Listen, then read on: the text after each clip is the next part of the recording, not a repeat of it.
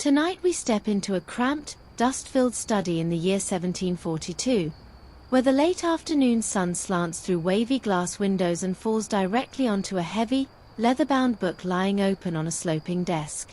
You can smell the parchment, the beeswax candles, and something else, a faint, sweet perfume of dried grass and clover that has been trapped between pages for months.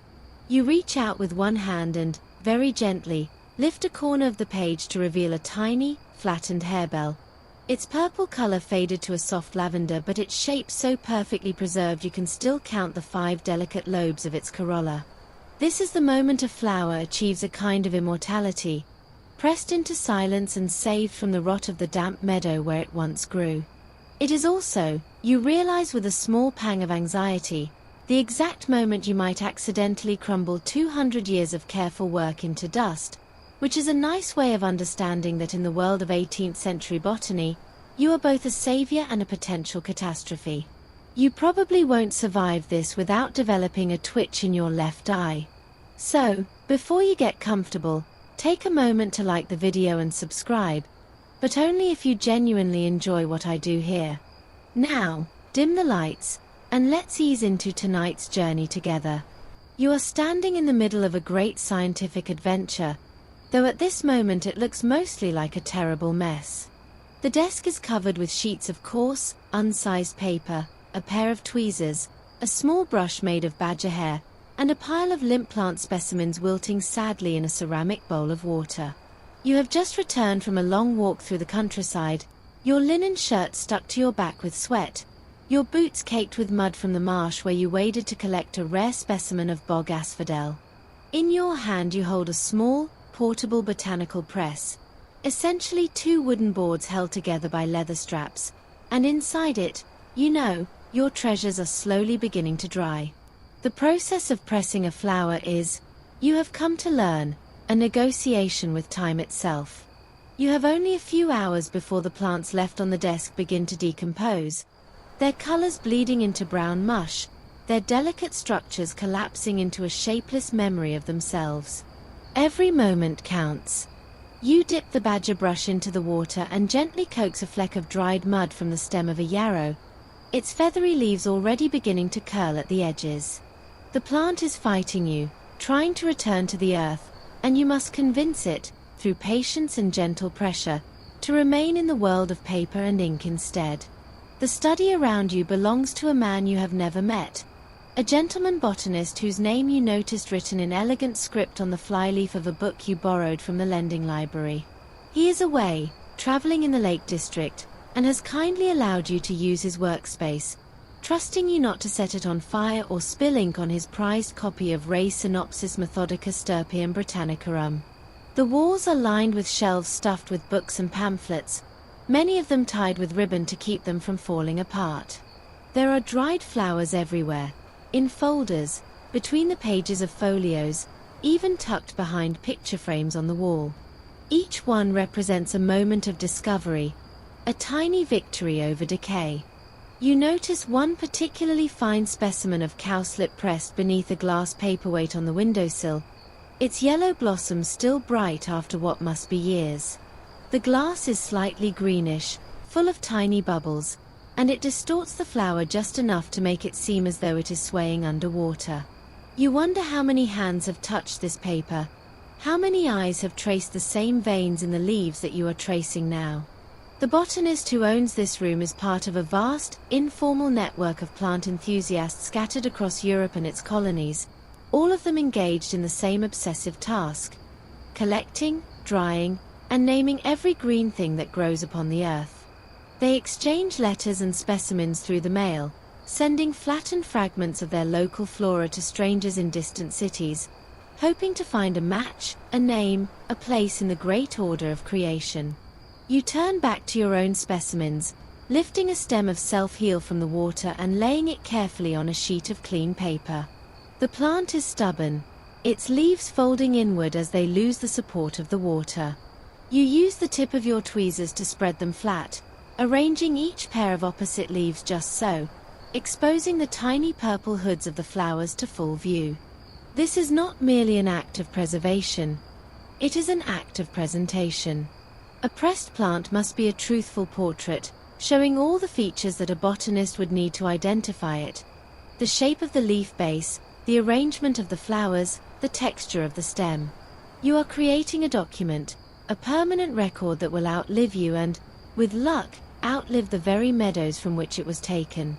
Historians still argue whether the 18th century passion for pressing was driven more by science or by sentiment, whether these dried flowers were intended as data or as keepsakes. For you, standing here in the quiet study, the line feels blurred. You press because you want to understand, but also because you want to hold on to something beautiful that will not last. The self-heal on the paper before you is already fading. Its purple deepening to violet even as you watch. You reach for another sheet and cover it gently, then slide the whole arrangement between the pages of a waiting folio. On top of the book you place a heavy iron weight, its surface cold and solid. The pressing has begun. You step back from the desk and wipe your hands on your breeches, leaving damp smears on the worn fabric. The weight sits there on the folio, a heavy lump of cast iron that once held down papers in a counting house, and beneath it your self-heal begins its long transformation. You know from experience that nothing interesting will happen today, or even tomorrow. The pressing of a flower is a slow violence, a gentle crushing that squeezes out moisture day by day until the plant becomes paper itself, thin and fragile and strangely permanent.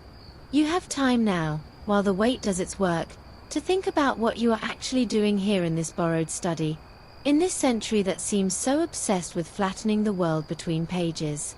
The room grows quieter as the sun slides lower, the street outside falling silent except for the occasional clatter of hooves on cobblestones. You light a candle, the flame small and steady in the still air, and you pull a book from the shelf. Not a botanical treatise this time, but a personal journal bound in vellum, its pages filled with the cramped handwriting of the man whose room you occupy. You probably should not read it. You read it anyway. The journal is not a diary in the modern sense, full of confessions and emotions. It is a record of observations, a log of days spent walking and collecting. July 12th, you read, walked to Hampstead Heath, found Digitalis purpurea in great abundance along the ditch near the pond. Specimens taken, pressed, labeled. July 14th, rain all morning, spent the afternoon arranging the ranunculi, discovered that the pressing of Ficaria verna had mildew due to insufficient changing of papers. Much vexed. You smile at that, much vexed, recognizing the precise annoyance of finding a prized specimen ruined by your own neglect. The journal goes on, month after month, year after year, a steady accumulation of small triumphs and smaller failures. You flip forward and find an entry from last spring. Received a parcel from Dr. Richardson in Yorkshire containing 12 specimens of alpine plants, including a fine example of Saxifraga oppositifolia. The doctor writes that he found it growing on a cliff face accessible only by rope. I shall press it with particular care. You imagine that Saxifraga now, pressed and labeled and tucked away somewhere in this very room, a fragment of a cliff face brought safely to London paper. The thought is oddly moving. You close the journal and return it to the shelf, careful to place it exactly where you found it. The science of pressing, you are beginning to understand, is only half the story. The other half is patience. You cannot rush the drying, cannot hurry the slow escape of moisture from the cells of the plant. If you try, if you change the papers too often or use too much heat, the specimen will turn brittle and shatter at a touch. If you are too lax, if you forget to check for mold, the whole collection will rot from within. The botanist who owns this room has learned this lesson the hard way, judging by the number of failed specimens pressed between the pages of an old Bible in the corner, brown, crumbling ghosts of plants that once held such promise. You walk over and look at them, these failures, their shapes barely recognizable, their colors long since faded to the same uniform shade of decay. One of them might have been a rose, you think, or maybe a buttercup. It is impossible to tell now. They are memento mori, tiny reminders that even in the act of preserving, You are witnessing the end of something. You close the Bible gently and turn away.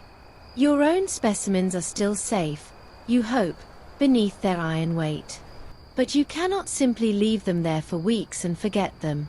Tomorrow you will need to open the press, lift the folio carefully, and transfer the plants to fresh, dry paper.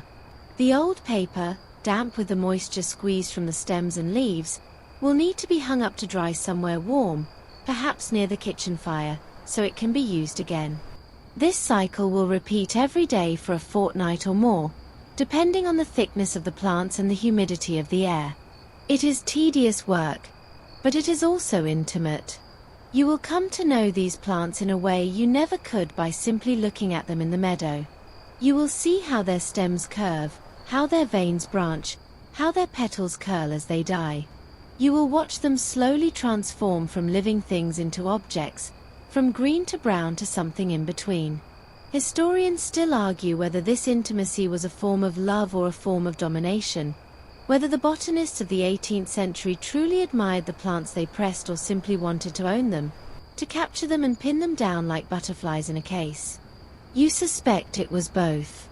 You loved the self-heal enough to pull it from the ground, and now you are slowly killing it, preserving it, making it yours. A sharp rap at the door startles you from your reverie, and you nearly knock the candle from its holder. You call out, a simple enter, and the door swings open to reveal a boy no older than 12, his face smudged with dirt, clutching an oilcloth-wrapped parcel nearly as large as his torso. He grunts something about a delivery from the stagecoach, drops the bundle on the floor, and extends a grimy palm until you place a few coins there. Then he is gone, his footsteps echoing down the stairs, and you are left staring at the package. The address is written in a confident, looping hand, to Mr. William Turner, Esquire, at his study near St. Paul's. The name is not yours, of course. The package is meant for the absent botanist, the man whose journal you were just reading, whose iron weight even now presses down upon your self-heal. You should leave it alone. You really should. But the twine is loose, and one corner of the oilcloth has already come unfolded, revealing a glimpse of something green inside. You tell yourself you are merely checking for damage during transit. You untie the twine. Inside the oilcloth is a wooden box, and inside the box, nestled in straw, are perhaps 24 folded sheets of coarse paper, each one tied with a short length of ribbon. You lift one out carefully and untie the bow. The paper opens to reveal a pressed plant, but unlike any you have seen before. The leaves are thick and leathery, almost succulent, and they are arranged in a tight rosette from which rises a single stalk topped with a cluster of tiny, star-shaped flowers, now brown with age. The label, written in the same confident hand as the address, reads, Sedamaker, collected from the walls of a ruined abbey in Norfolk, September 1741. You recognize the name, biting stonecrop, a common enough plant in England, but the specimen itself is extraordinary, each leaf perfectly preserved, each tiny flower still holding its shape after months in transit. You wonder how the collector managed it, how he kept the succulent leaves from rotting, how he dried them so slowly and carefully that they did not shrivel into nothing. This is the work of a master, someone who has learned the secrets of pressing through years of trial and error. You feel a pang of inadequacy, followed quickly by a surge of determination. You will learn those secrets too. The box contains more treasures. Here is a sheet with 3 different specimens of moss, each one mounted separately and labeled with its location and date. Moss is notoriously difficult to press, its delicate structure collapsing into a green smear if handled too roughly. But these are perfect, each tiny leaf and capsule clearly visible against the paper. Next to them is a fern, its fronds arranged in an elegant curve, the sori on the underside still visible as tiny brown dots. You hold it up to the candlelight and see the shadow of each spore case through the thin paper. The collector has even included a small envelope attached to the sheet, containing a few loose spores for microscopic examination.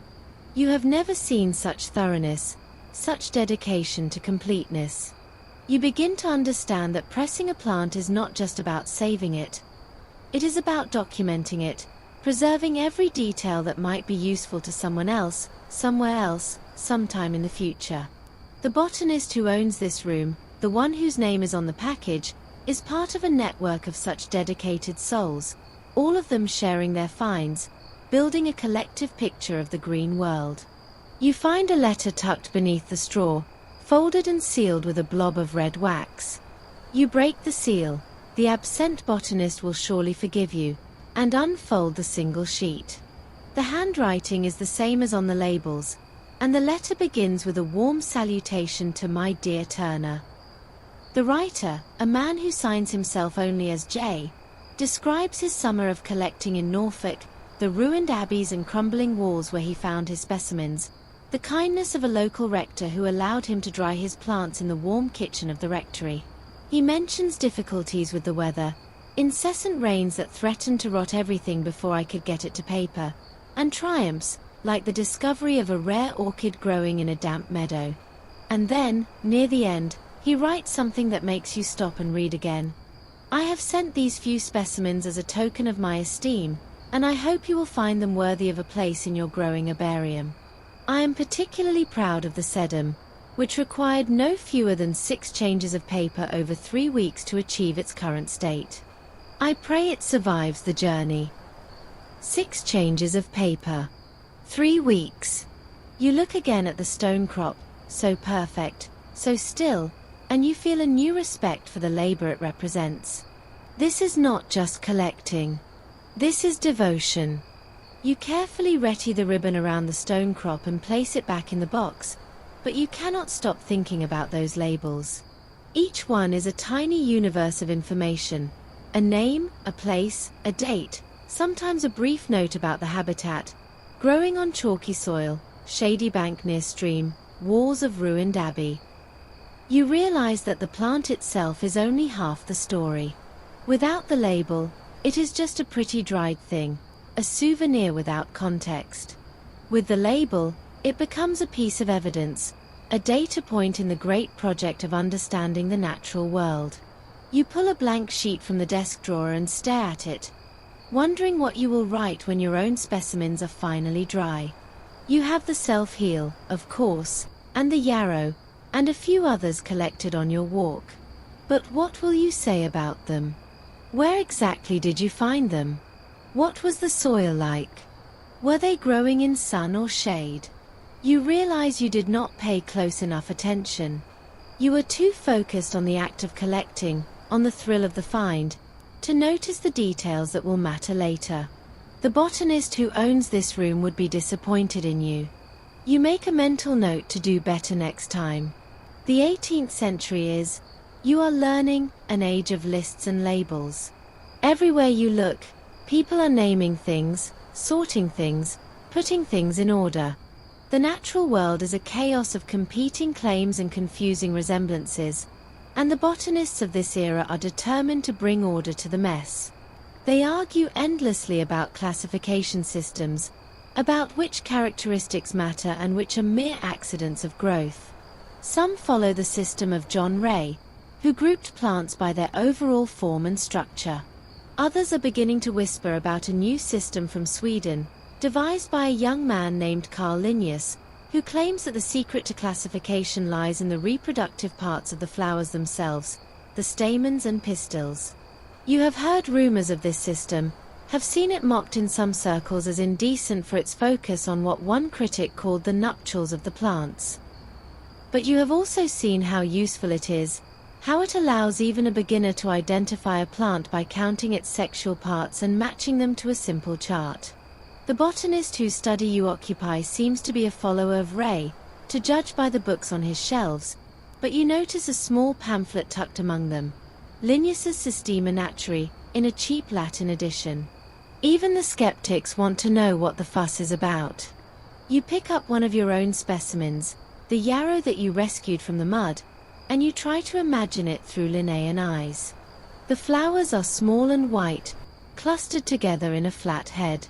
Each individual flower, you see when you look closely, has 5 tiny petals and a cluster of stamens in the center. You count the stamens, 5, you think, though it is hard to be sure without a magnifying lens. According to the Linnaean system, that would place it in the class Pentandria, the 5-stamened plants. But within that class, you would need to look at the pistils, the female parts, to determine the order. And then the genus, and then the species. It is a kind of botanical mathematics, a way of reducing the infinite variety of nature to a set of numbers and relationships. You can see why some botanists find it beautiful, this orderly pyramid of classification. You can also see why others find it reductive, a way of seeing plants as mere examples of types rather than as individuals in their own right. Historians still argue whether Linnaeus discovered the order of nature or imposed his own order upon it. You suspect the truth is somewhere in between. The labels in the box from Norfolk are not Linnaean, you notice. They use the old polynomial names, the descriptive phrases that served as names before Linnaeus simplified things. The stone crop is labeled Sedamaker, which is actually the Linnaean name, short and memorable.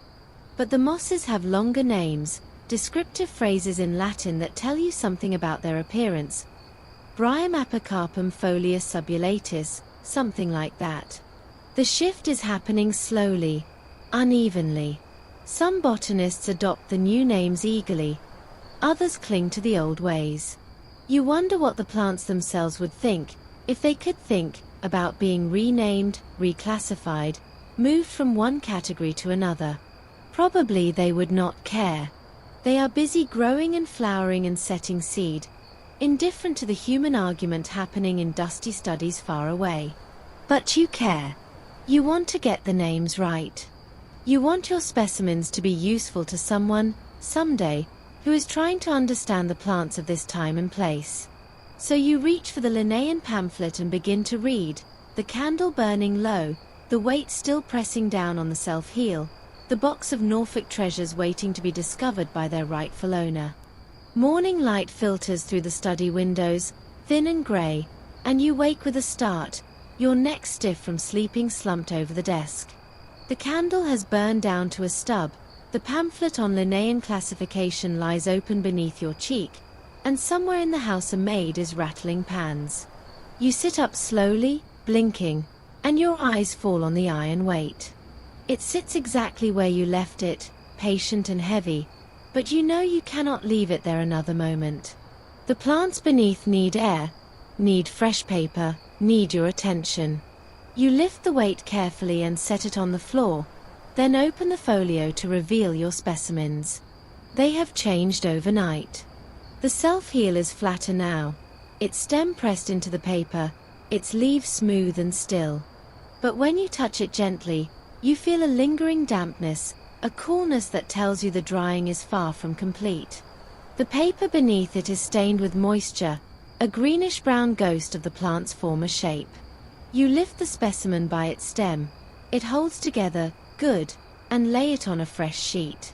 The old paper you set aside to dry by the window, where the weak sun might reach it. You repeat the process with the yarrow, with the others, each one slightly different in its response to pressing. One of them, a small speedwell you collected almost as an afterthought, is already brittle at the edges. You will need to watch it carefully. This daily ritual of changing papers is the heart of pressing, the quiet labor that separates success from failure. You settle into a rhythm, lift, transfer, replace. The plants become familiar to you in a way they never could have been in the field. You notice details you missed before, the tiny hairs on the stem of the self-heel, the way the yarrow's leaves divide into ever smaller segments, the delicate network of veins visible when you hold a leaf up to the light. You are learning their anatomy not from a book but from direct, daily contact. The speedwell's flowers, once a bright blue, have faded to a pale lavender, but their structure is clearer than ever, the 4 petals arranged in a perfect cross, the 2 stamens still visible at the center. You wonder how long the color will last. Some plants hold their hues for years, especially if dried quickly in the dark. Others fade to brown within weeks, leaving only shape and texture as evidence of what they once were. There is no way to predict it, no formula to follow. Each species has its own temperament, its own way of surrendering to the press. You think about what is happening inside the plants as they dry, the slow loss of water from every cell. In life, a plant's cells are turgid, plump with moisture, their walls stretched tight. As they dry, the water evaporates and the cells collapse, the walls crumpling inward like empty paper bags. The pigments that gave the flowers their colors, anthocyanins, carotenoids, begin to break down, oxidized by exposure to air. Some survive better than others. Blues and purples often fade fastest, while yellows and browns can persist for centuries. The structure of the plant, the shape of leaves and stems, is held together by cellulose, which is more durable. Even after the cells have collapsed, the cellulose skeletons remain, preserving the form if not the color. You are, in a sense, creating a mummy, a dried husk that retains the outline of the living thing. It is both beautiful and a little macabre, this preservation through desiccation. But it is the only way to keep a plant forever, to make it last beyond its single season. As you work, you recall something you read in one of the botanist's books, a passage about the earliest plant presses. They were simple things, really, just heavy books or boards with stones on top. Some collectors used the big family Bible, pressing flowers between its pages along with pressed marriage certificates and dried baptismal flowers. Others built specialized presses with screws or straps, like the portable one you carried on your walk. But the principle was always the same: steady, even pressure, slowly applied, slowly maintained. The 18th century did not invent pressing. People had been drying flowers for centuries, for medicine, for charm bags, for simple pleasure. But it did systematize it, turn it into a method, a science. Botanists began to experiment with different papers, different pressures, different drying times. They heated their presses in ovens, or left them in attics, or buried them in warm sand. They tried everything to speed the process without damaging the specimens. And they shared their results in letters and journals, building a collective knowledge of how best to kill a flower and make it last forever. A soft knock at the door interrupts your work, and before you can respond, the door swings open to reveal a man you do not know. He is tall and thin, with the weathered complexion of someone who spends most of his time outdoors, and he carries a leather satchel slung across his body. He stops short at the sight of you, and for a moment you simply stare at each other. Then he speaks, his voice cautious but not unfriendly. "I was told William Turner might be found here." You explain the situation, the borrowed study, the absent botanist, your own tentative efforts at pressing. The man listens, nodding slowly, and then his face breaks into a smile. "Then you are the one who has been opening my packages." Your cheeks flush hot. The box from Norfolk. The broken seal. You start to apologize, but he waves it away. "No matter. They were meant for Turner, but I am glad they have found an appreciative audience. I am John Martin, though my friends call me Jack." He extends a hand, and you shake it, feeling the calluses of a man who has pulled many plants from many soils. Jack settles into the chair across from you, his satchel thumping to the floor, and you find yourself telling him about your own collecting, your struggles with pressing, your fascination with the specimens he sent. He listens with an intensity that makes you feel both seen and slightly nervous, as if you are the specimen and he is the botanist. When you finish, he leans forward and begins to talk, and you quickly realize that you are in the presence of a master. Jack has been collecting plants for 30 years, since he was a boy in the countryside of Kent. He has pressed specimens in rain and sun, in heat and cold, in England and once, briefly, in France, before the war made travel impossible. He has learned the hard way about mold and mildew, about paper that is too absorbent or not absorbent enough, about the importance of changing the papers daily without fail. "The first rule," he says, holding up one finger, "is patience. The second rule is more patience. The third rule is to have a great many dry papers ready at all times. You nod, committing this to memory, though you suspect you will forget the moment he leaves. He asks to see your specimens, and you show him the self-heal, the yarrow, the speedwell. He handles them with a gentleness that seems almost reverent, turning them this way and that, peering at them through a small magnifying lens he pulls from his pocket. "Not bad," he murmurs. "Not bad at all. The yarrow is particularly fine. You have arranged the leaves well, showing both surfaces. But the speedwell is too dry already. See how the edges crumble? You should have changed the papers twice yesterday, given how thin the stems are." You feel a sting of criticism, but it is quickly soothed by his next words. "We all lose speedwells. They are impatient little things, determined to turn to dust before their time. The trick is to press them with a sheet of thin paper between them and the blotter, to keep them from sticking. Next time." He reaches into his satchel and pulls out a small notebook, flipping through pages covered with dense handwriting and tiny sketches. "Here," he says, pointing to a drawing of a plant you do not recognize. "This is what I came to show Turner. Found it last month in a bog in Sussex. The locals call it bogstar, but I think it may be something new. Look at the flowers. See how they are arranged in a spiral? I have never seen anything quite like it." You lean in, studying the sketch. The plant is small and delicate, with narrow leaves and a cluster of white flowers at the top of a slender stem. In the margin, Jack has written notes about the habitat, growing in sphagnum moss, in standing water, in full sun, and the date, and the names of 2 other plants that grew nearby. He has even sketched a small map showing the exact location, with landmarks marked: a large oak, a stone wall, a bend in the stream.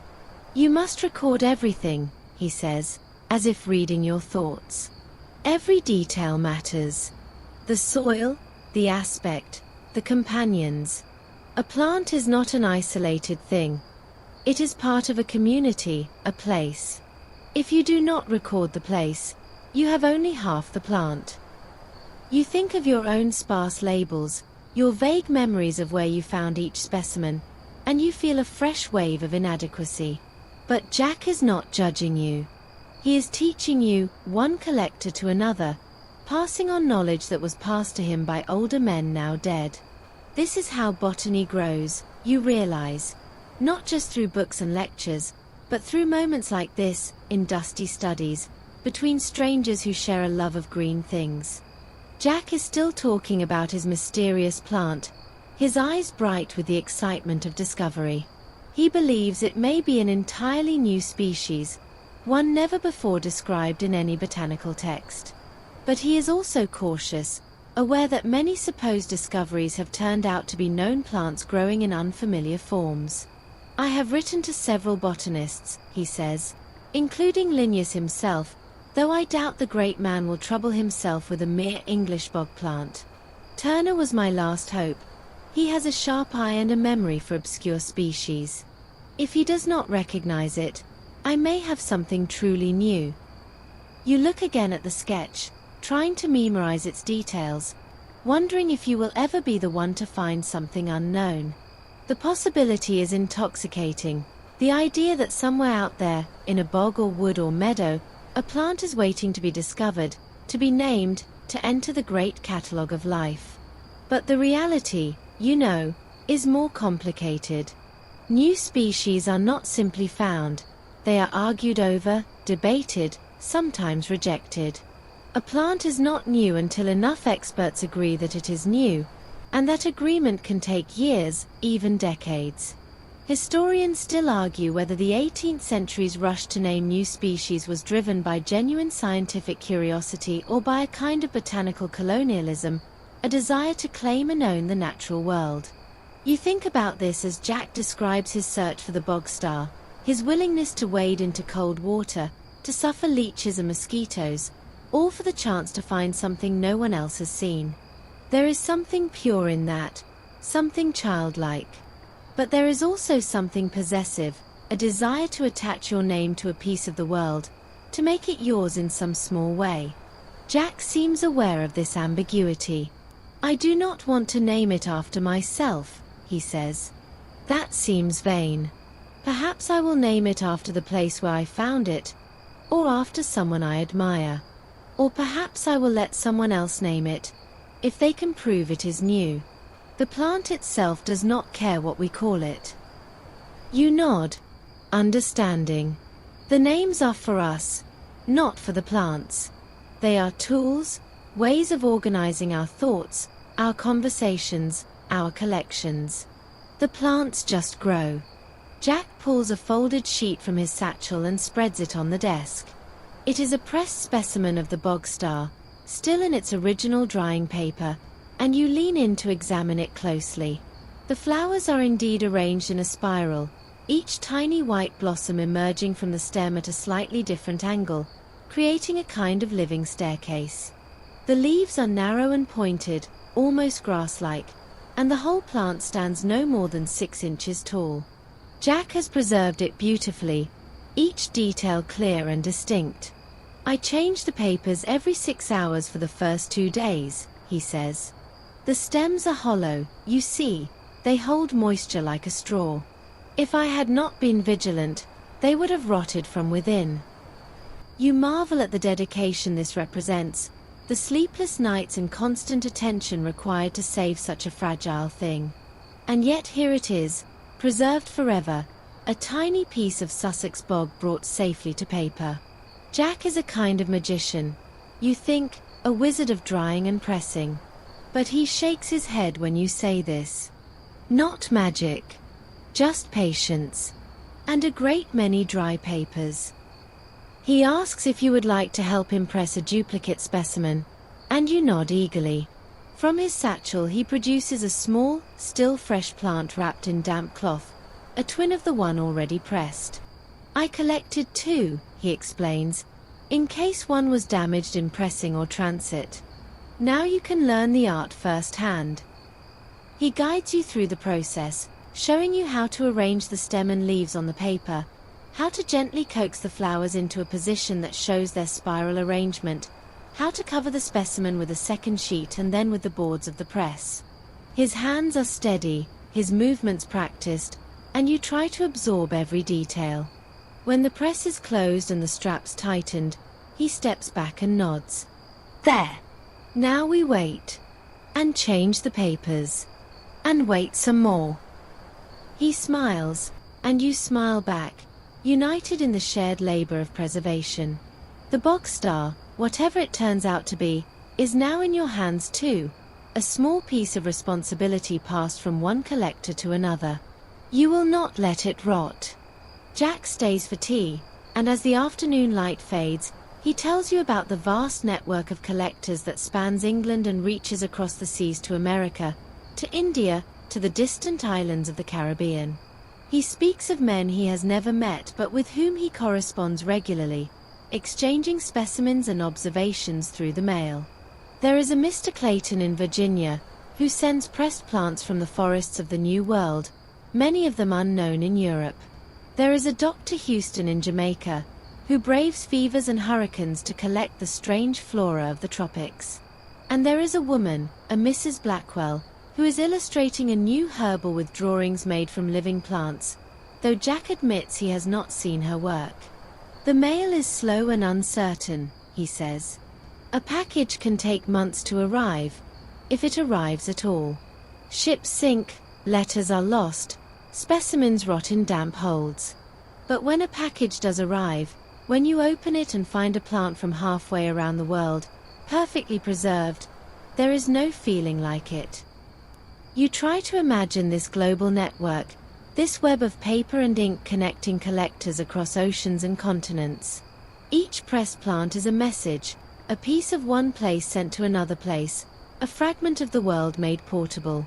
The botanists who receive these specimens study them, compare them to their own collections, argue about their identities, and sometimes send back their own plants in return. It is a kind of conversation, a slow and patient dialogue carried on across thousands of miles. And at the center of it all, at least for many, is Linnaeus, the great organizer, the man who dreams of naming every plant on Earth. He corresponds with collectors everywhere, receiving their specimens, fitting them into his system, giving them names that will, he hopes, last forever. He is ambitious, Jack says, with a hint of disapproval. Perhaps too ambitious. He wants to be the king of botany, the sole authority on all that grows. But the plants do not recognize kings. They grow where they grow, and they are what they are, no matter what Linnaeus calls them. You think about this as you sip your tea, the steam rising in the cool air. There is something noble in the dream of a complete catalogue of life, a list of every plant on Earth, each with its proper name and place. But there is also something impossible, something almost tragic. New plants are discovered faster than they can be named, and even as the catalogue grows, plants are disappearing, their habitats destroyed by farming or grazing or the spread of cities. The collectors of the 18th century are racing against time, trying to preserve what they can before it is lost forever. They do not always succeed. Jack tells you of plants he has seen only once, in places now turned to pasture or plowed under for crops. They may be gone, he says quietly. Those plants I pressed, those specimens in my collection, they may be all that is left of entire species. It is a heavy thought. You look at the self-heal on the desk, the yarrow, the speedwell, and you wonder if they too will become relics, the last evidence of common things that once grew everywhere.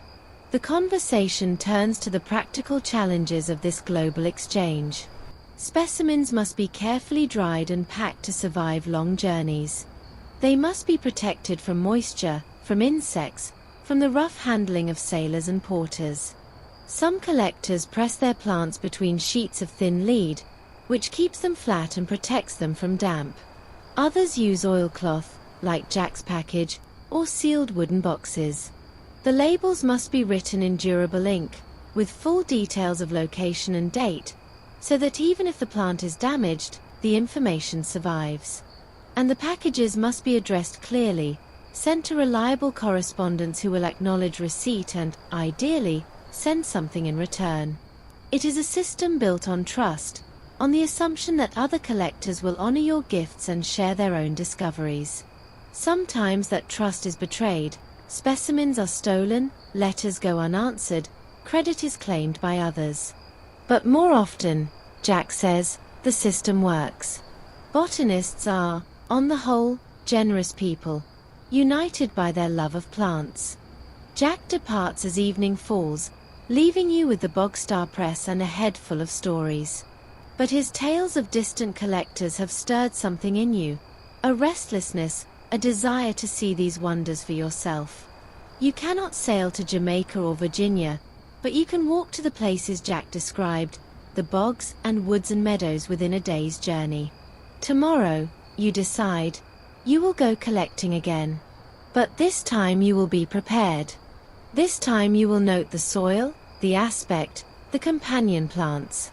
This time you will bring enough paper, enough straps, enough patience. You fall asleep at the desk again, dreaming of unknown flowers and the men who find them. Morning comes grey and damp, but you are undeterred. You pack your portable press, a bundle of drying papers, a notebook and pencil, and a small trowel for digging roots. You dress in your oldest clothes, the ones already stained with mud and plant juices, and you set out before the city fully wakes.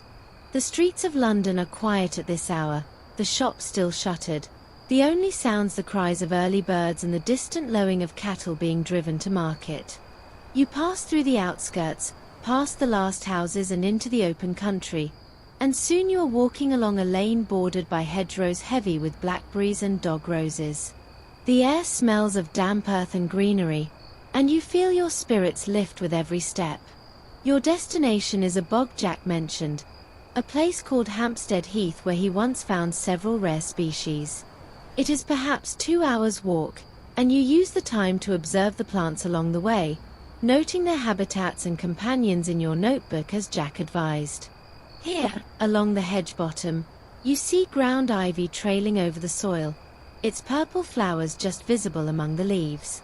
There, in a damp ditch, you spot a patch of watermint, its scent sharp and clean when you bruise a leaf between your fingers. You do not collect them. You have no room for common plants today, but you note them anyway, building a mental map of the landscape and its inhabitants. By the time you reach the heath, your notebook contains pages of observations, a record of your journey that will outlast the walk itself. The heath is wilder than you expected, a rolling expanse of rough grass and scattered bushes, with patches of bare sand and gravel here and there. You find the bog without too much trouble. A low, wet area where the ground squelches underfoot and the air hums with insects.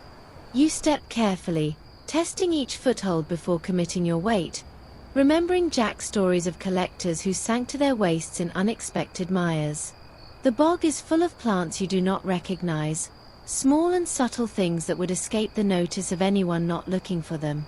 You kneel in the damp and begin to examine them one by one, comparing them to Jack's descriptions, searching for something unusual.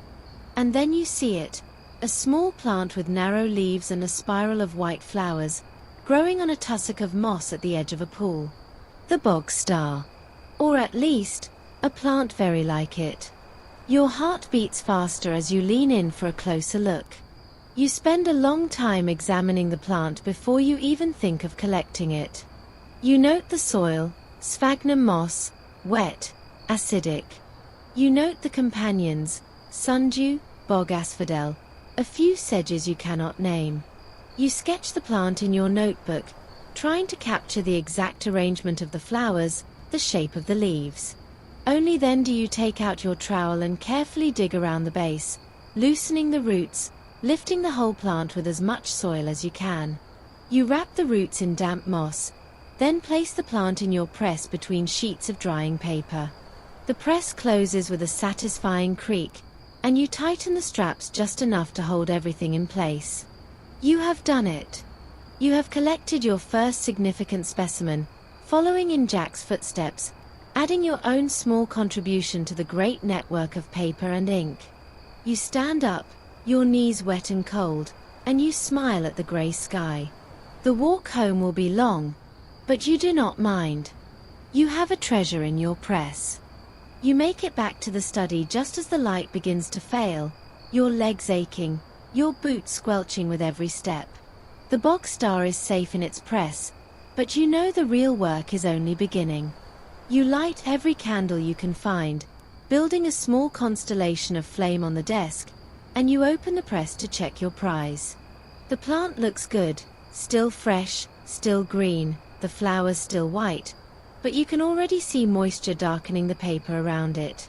You change it immediately, transferring the specimen to a fresh sheet and setting the damp one aside to dry. Then you do something you have never done before. You take out your notebook and begin a drying log, recording the date, the time, the state of the plant, the number of paper changes. Jack's voice echoes in your head. Record everything. Every detail matters. You will not lose this plant to neglect. The days that follow blur into a routine of paper changing and observation. Every few hours, you open the press, lift the bog star gently, and lay it on a new sheet. The old papers accumulate in a pile by the window, their moisture stains growing into abstract patterns that might almost be maps of unknown lands. You watch the plant change day by day, its green deepening to olive, its white flowers fading to cream, then to a pale tan. The spiral arrangement remains clear, each tiny blossom still visible, but the colors are slowly draining away, replaced by the browns and beiges of desiccation. You find yourself strangely moved by this transformation, this gradual surrender of life to preservation. The plant is dying, yes, but it is also becoming something new, a document, a record, a piece of evidence that will outlast the living thing. You are not sure whether to feel triumphant or mournful. Perhaps both. The colors, you realize, are the first to go. The bright white of the flowers fades fastest, followed by the green of the leaves. Some plants hold their hues longer than others, Yellows and reds are more stubborn than blues and purples, but eventually, all of them fade. The 18th century botanists knew this, accepted it as inevitable. They did not try to preserve the colors. They preserved the forms, the structures, the details that mattered for identification. But some of them, you have heard, experimented with methods of color preservation, trying to capture the living appearance of the plants along with their dried remains. They tried dipping specimens in gum arabic, in alcohol, in vinegar. They tried drying them in dark rooms, in ovens, in the sun. Nothing worked consistently. The colors faded anyway, leaving only the ghosts of themselves. Historians still argue whether this loss was a scientific failure or a philosophical opportunity, a reminder that the pressed plant is not the plant itself but a representation, a translation from life to paper. You think about this as you change the Bogstars papers for the dozenth time. The plant on the sheet before you is no longer the plant you found on the heath. It is thinner, flatter, paler. Its stems are brittle, its leaves fragile. But in another way, it is more itself than ever. Freed from the distractions of color and moisture, its essential structure stands out clearly. The spiral of flowers, the narrow leaves, the delicate branching of the stem. You can see things now that you missed in the field. The tiny hairs on the leaf margins, the way the flowers emerge from the stem at precise intervals, the subtle differences between the upper and lower leaves. The drying process has not destroyed these details. It has revealed them, made them visible in a way they never were in life. You begin to understand that a pressed plant is not a dead thing but a transformed one, a different kind of object with its own kind of beauty. You run your finger gently along the stem, feeling its fragility, its permanence. This plant will outlast you, outlast this study, outlast perhaps the very bog where it grew.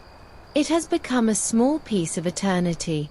While the bog star dries, you find yourself drawn back to the bookshelves, pulling down volumes you had previously ignored. One of them, bound in battered calfskin, turns out to be a catalogue of someone's herbarium. Not the botanist whose study you occupy, but a German collector named Johann Amann, whose specimens ended up in St. Petersburg after his death. The catalogue lists each plant by name, with notes on where and when it was collected, and sometimes a brief description of its appearance in life. You flip through the pages, marveling at the distances these plants have traveled. From the mountains of Switzerland to the plains of Poland, from the shores of the Baltic to the steppes of Russia. Each one represents a journey, a story, a moment of discovery frozen in time. And now they are all together, bound in a single volume, a silent congress of dried plants from across a continent. You begin to understand that an herbarium is not just a collection of specimens. It is a kind of library, a reference work that can be consulted again and again. When a botanist receives an unknown plant, he compares it to the specimens in his herbarium, searching for a match. If he finds one, he can name the unknown plant. If not, he may have a new species. The herbarium is the court of last appeal, the final authority on what is known and what remains to be discovered. And the great herbaria of Europe, in London, Paris, Leiden, St. Petersburg, are the supreme courts, the places where the ultimate decisions are made. Botanists travel hundreds of miles to consult them, spending weeks or months examining specimens, taking notes, making sketches. The plants themselves do not move, but the knowledge they contain spreads outward, carried by visitors and letters and published works. You think about the journeys these specimens have made, the hands that have touched them, the eyes that have studied them. The plant from Switzerland might have been collected by a shepherd who sold it to a passing naturalist. The plant from Russia might have been pressed by a German doctor serving in the Tsar's army. The plant from Poland might have come from the garden of a noblewoman with a passion for botany. Each one has a story, a chain of human connections stretching back to the moment of collection. And now they are all here, in this catalogue, their stories reduced to a few lines of Latin and a date. You feel a pang of loss for all the unwritten stories, the human dramas behind the dried plants. But you also feel a kind of awe at the scale of it all, the vast network of collectors and correspondents that made these herbaria possible. The 18th century was the great age of botanical exploration, and these dried plants are its monuments. The catalogue mentions a specimen collected by someone named D. Parkinson in Virginia in 1712. You try to imagine what that meant, sailing across the Atlantic in a wooden ship, spending months in a raw colonial settlement, venturing into forests full of unknown dangers, all for the sake of a plant. Parkinson must have been brave, or obsessed, or both. And his specimen, pressed and dried and shipped back to Europe, must have caused a stir among the botanists who saw it. A plant from the New World, unlike anything in the old books, demanding a new name, a new place in the system. You wonder if Parkinson knew what he had found, if he understood that his plant would outlive him, would be studied by generations of botanists after his death. Probably not. He was just collecting, just doing his job, just adding another specimen to the pile. But the pile grew, and grows still, and will keep growing long after you are gone. The bog star is finally dry. You know this not by any obvious sign but by a kind of sixth sense developed over days of handling it. It feels different now. Lighter, crisper, more permanent. When you lift it from the press, it holds its shape without drooping, without curling. The moisture has fled completely, leaving only the cellulose skeleton behind. You hold it up to the light and see the veins of the leaves like tiny rivers on a map, the flowers like stars against the papery sky. It is time to mount it, to give it a permanent home where it can be studied and admired for centuries to come. You feel a flutter of nerves. One wrong move, one slip of the tweezers, and weeks of careful work could end in dust. The mounting process is simple in theory, terrifying in practice. You have a sheet of heavy paper, thick and sturdy, cut to a standard size that will fit in the herbarium cabinets. You have a pot of glue, made from wheat paste and a little sugar, carefully prepared to the right consistency. You have your specimen, fragile as ash, and a set of tools. Tweezers, a brush, a small weight, a pair of scissors. The goal is to attach the plant to the paper in a way that is secure but not obtrusive, that allows it to be examined from all sides without falling apart. Some botanists glue the whole plant down, covering every stem and leaf with a thin layer of adhesive. Others prefer to secure it only at a few points, using small strips of paper or linen tape to hold it in place. You have seen examples of both methods in the botanist's collection, and you have decided to try a combination. A few dabs of glue on the main stem and branches, with paper strips over the larger leaves for extra security.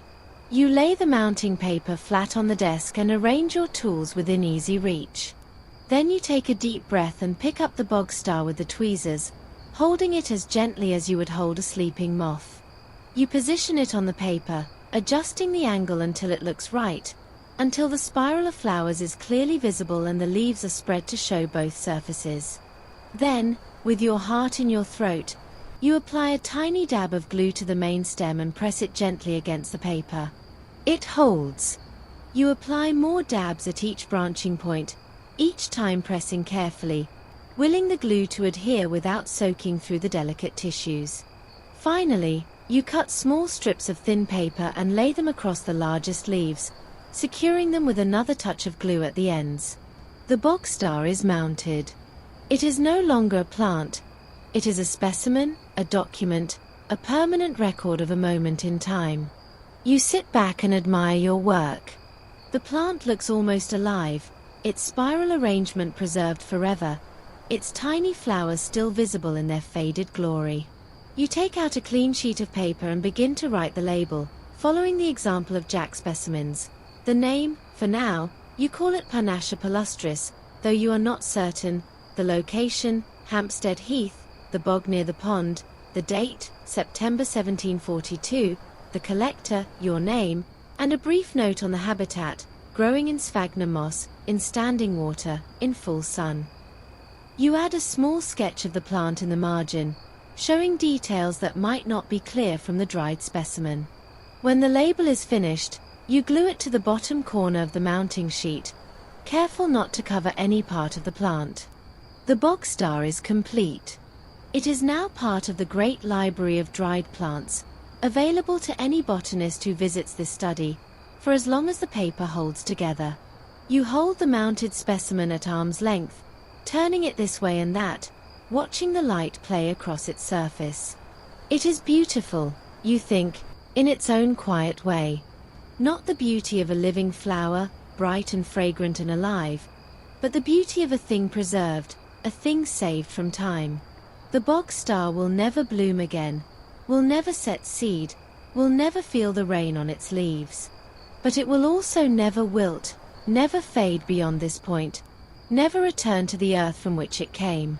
It has achieved a kind of immortality, the only kind available to plants in this world. You set it gently on the shelf next to Jack's specimens, a new addition to the growing collection. For a moment, you feel a pang of sadness for the living plant you left behind on the heath, the one you did not collect, the one still growing in the bog. But then you remember that there were two, that you left one to continue its life, to flower and seed and spread. You took only one. The other remains, a living counterpart to this dried ghost, a reminder that preservation and life are not opposites but partners in the great dance of time. Now that your specimen is mounted, you find yourself looking at the botanist's collection with new eyes. What was once just a jumble of dried plants on shelves becomes something else entirely. A cabinet of curiosities, a museum of green things, a library of leaves and stems and petals. You begin to explore it systematically, pulling out folders and boxes, examining each specimen with the attention it deserves. There are plants from every corner of Britain. Sea kale from the shores of Norfolk, mountain avens from the Scottish Highlands, lady slipper orchids from the limestone woods of Yorkshire. There are plants from farther afield too, a sprig of olive from Italy, a frond of palm from the Canary Islands, a mysterious fern from somewhere in the East Indies, its label long since lost. Each one has a story, though many of those stories are now forgotten. You hold the olive in your hand and wonder who brought it here, and how, and why. The questions hang in the air, unanswered. The herbarium is organized according to Ray's system, you realize, with plants grouped by their overall form and structure. The grasses are together, the lilies are together, the roses and their kin occupy a whole shelf of their own. Within each group, the specimens are arranged alphabetically by their Latin names. A simple system that makes it easy to find a particular plant if you know what you are looking for. But the system is not perfect, and you notice anomalies. A plant that seems out of place, a specimen that has been moved from one folder to another, a label crossed out and rewritten. The botanist who owns this room is constantly revising, constantly questioning, constantly trying to improve the order of his collection. The herbarium is not a static thing but a living work, always in progress, always open to change.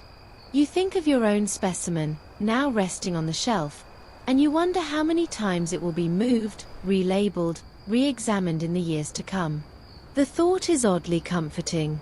Your work here is not an end but a beginning.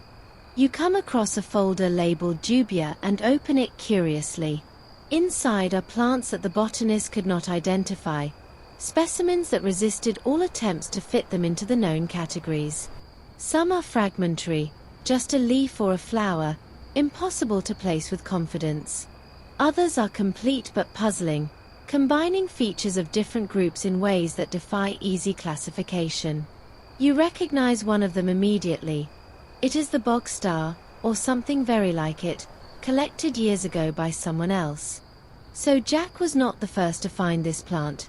You realize. Others have seen it too, have pressed it and puzzled over it and filed it away in the dubia folder, waiting for someone to solve the mystery. You feel a strange kinship with these unknown collectors, these fellow travelers in the fog of uncertainty. You too have stood where they stood, holding an unknown plant and wondering what it is. You too have added to the pile of questions that botanists will spend generations answering. The dubia folder is a monument to human ignorance, but also to human hope, the hope that someday, somehow, the answers will come.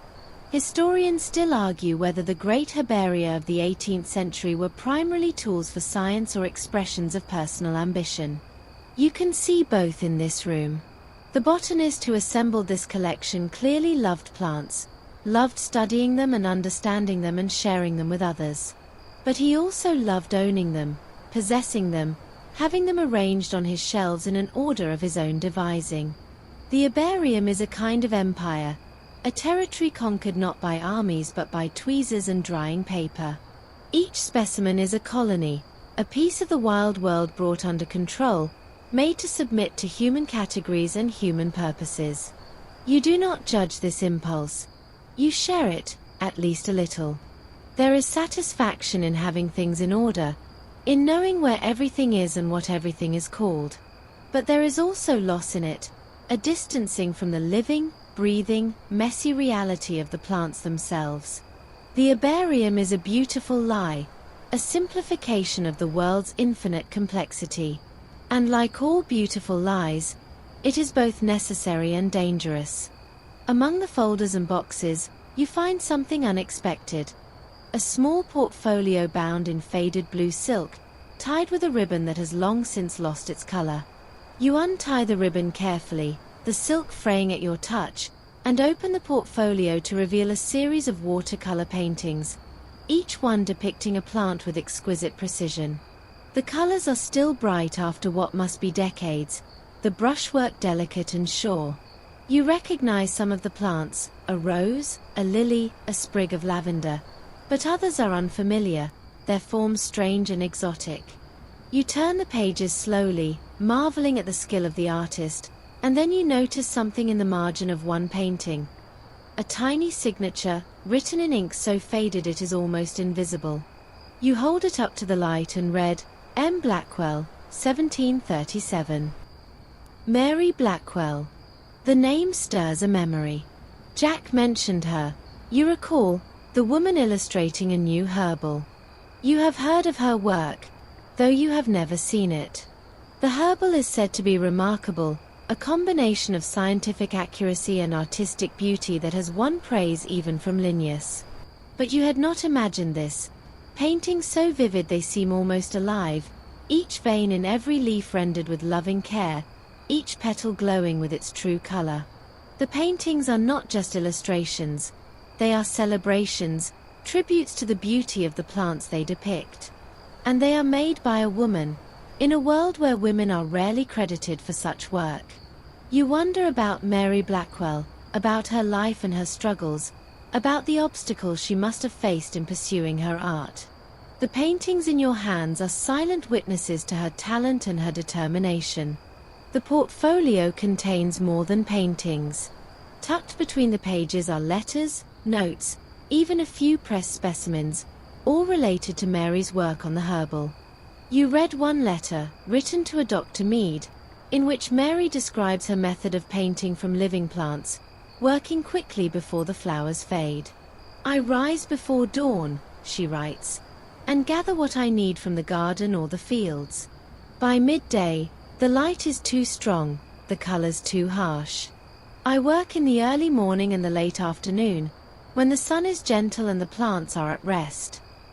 You imagine her in those quiet hours, alone with her brushes and her subjects, capturing beauty before it fades.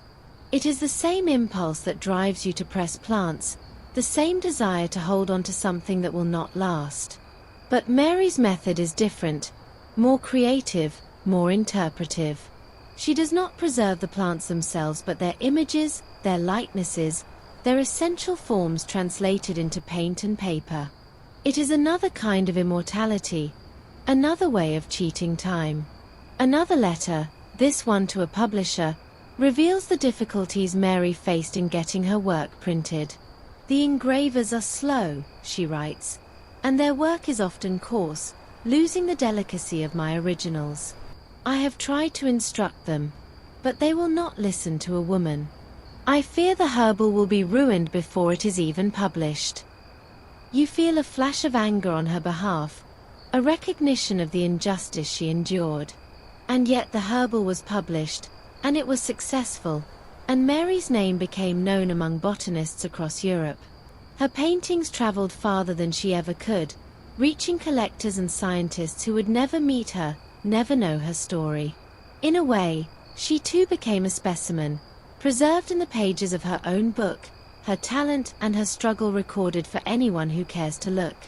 You close the portfolio gently, retie the ribbon, and return it to its place on the shelf. Mary Blackwell is not forgotten. Not while her paintings survive. You sit in the quiet study, the candles burning low, the pressed plants all around you like silent companions. The journey that began with a simple walk in the countryside has led you here, to this moment of reflection, this pause before the inevitable return to your own life. You think about everything you have learned in these weeks, the patience required to dry a flower, the precision needed to mount it, the vast network of collectors and correspondents that spans the globe. You think about the plants themselves, the thousands upon thousands of specimens pressed into books and folders and boxes, each one a tiny piece of the world made permanent. And you think about the people behind them, the botanists and collectors, the artists and travelers, the shepherds and gardeners who have contributed to this great project of preservation. You are one of them now, however briefly, however humbly. Your box star is on the shelf, your name is on the label, and you have joined the long chain of humans who have tried to hold on to the green world. The 18th century is drawing to a close, though you do not know it yet. The world is changing, and botany is changing with it. New systems of classification will rise and fall, new technologies will make pressing easier and more precise, new collectors will venture into previously unknown lands and bring back plants beyond imagination. The herbaria will grow and grow, filling rooms and then buildings, becoming libraries of dried life that future generations will consult and study and marvel at. And the plants themselves will continue to fade, their colors slowly bleaching to brown, their forms becoming ever more fragile. But they will last, some of them, for centuries. They will outlast the hands that pressed them, the eyes that studied them, the minds that named them. They will become messages from the past, fragments of a world that once was, sent forward in time to travelers they will never meet. You stand up and walk to the window, looking out at the dark street below. The city is quiet now, the bustle of the day long faded, and you can see stars beginning to appear in the gap between two buildings. You think about the fields and woods beyond the city, the bogs and heaths and meadows where plants are still growing, still flowering, still living their quiet lives. Some of them will be pressed, will join the collections, will become part of the great archive. Most will not. Most will live and die unnoticed, their beauty fleeting, their existence unrecorded. It is a sobering thought, but not a sad one. The world is vast, and human knowledge is small, and there is a kind of peace in accepting that. You cannot save everything. You can only save what you can save, and trust that it will be enough.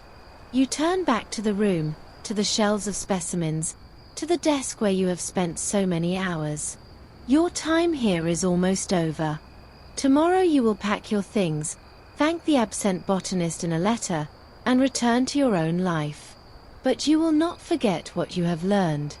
You will carry it with you, this knowledge of patience and preservation, this connection to the generations of collectors who came before. And perhaps, someday, you will press another flower, and another, and another, adding your own small contributions to the great herbarium of the world. The plants will fade, the papers will yellow, the labels will crumble. But the work will continue, passed from hand to hand, from century to century, as long as there are people who love the green world and want to hold on to it, just a little longer. You blow out the candles, one by one, and the room sinks into darkness. The pressed flowers sleep on their shelves, silent and still, waiting for the next person to open their folders, to read their labels, to wonder about the hands that placed them there. You are that person now, for a little while. And then you will be gone, and someone else will come, and the cycle will begin again. The flowers do not mind. They have all the time in the world. As you finally close your eyes and let the darkness settle around you, let the image of those pressed flowers linger in your mind, not as dead things, but as messages, as memories, as tiny pieces of eternity held between pages. The botanists who pressed them are long gone, their names forgotten by all but a few, but their work remains, a quiet testament to the human need to understand, to preserve, to hold on. And now you too are part of that story, if only for a moment. The weight of the press, the scent of dried petals, the careful dance of tweezers and paper, all of it lives on in you, in the knowledge you carry, in the peace you feel. So rest now, knowing that somewhere, in 1,000 studies and museums and libraries, the flowers are waiting. Waiting to be seen again. Waiting to tell their stories. Waiting for you to dream of them. Good night.